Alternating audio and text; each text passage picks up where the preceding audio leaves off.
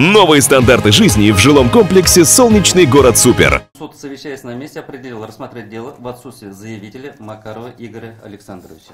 Пытался получить жилищную субсидию, но ему отказали. В итоге дело дошло до Конституционного суда. Сам заявитель сегодня на слушание не пришел. Мужчина-инвалид с тяжелым хроническим заболеванием и сейчас в больнице.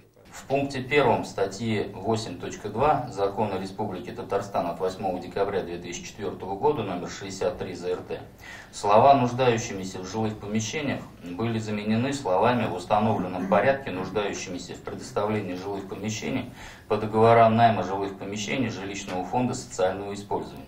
Эта длинная формулировка и стала камнем преткновения. По мнению заявителя, раньше на жилищную субсидию могли рассчитывать все инвалиды, страдающие тяжелыми заболеваниями. После изменений в 2015 году получить право на улучшение условий не могут малоимущие инвалиды. Но все в рамках закона, говорят в Госсовете. Обязанность по предоставлению жилых помещений инвалидам, признанных малоимущими и состоящими в качестве нуждающихся в жилых помещениях, является полномочием органа местного самоуправления и распространяется только на эти категории граждан, как на граждан, нуждающихся в особой социальной защите.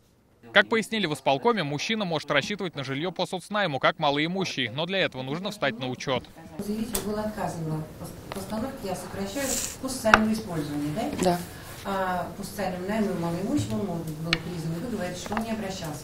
А ему разъяснены, может быть, он просто не знает, что ему делать.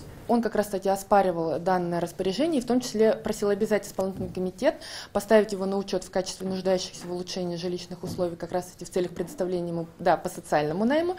Ему было отказано на том основании, что он с данным заявлением не обращался. Это было еще в 2019 году. Сегодняшнее заседание продлилось около 2 часов. Большинство представителей госорганов сошлись во мнении, что нарушений в оспариваемом положении нет. Окончательное решение Конституционный суд Татарстана вынесет в течение месяца. Рамиль Галиуллин, Данил Филатов, ТНВ, Казань.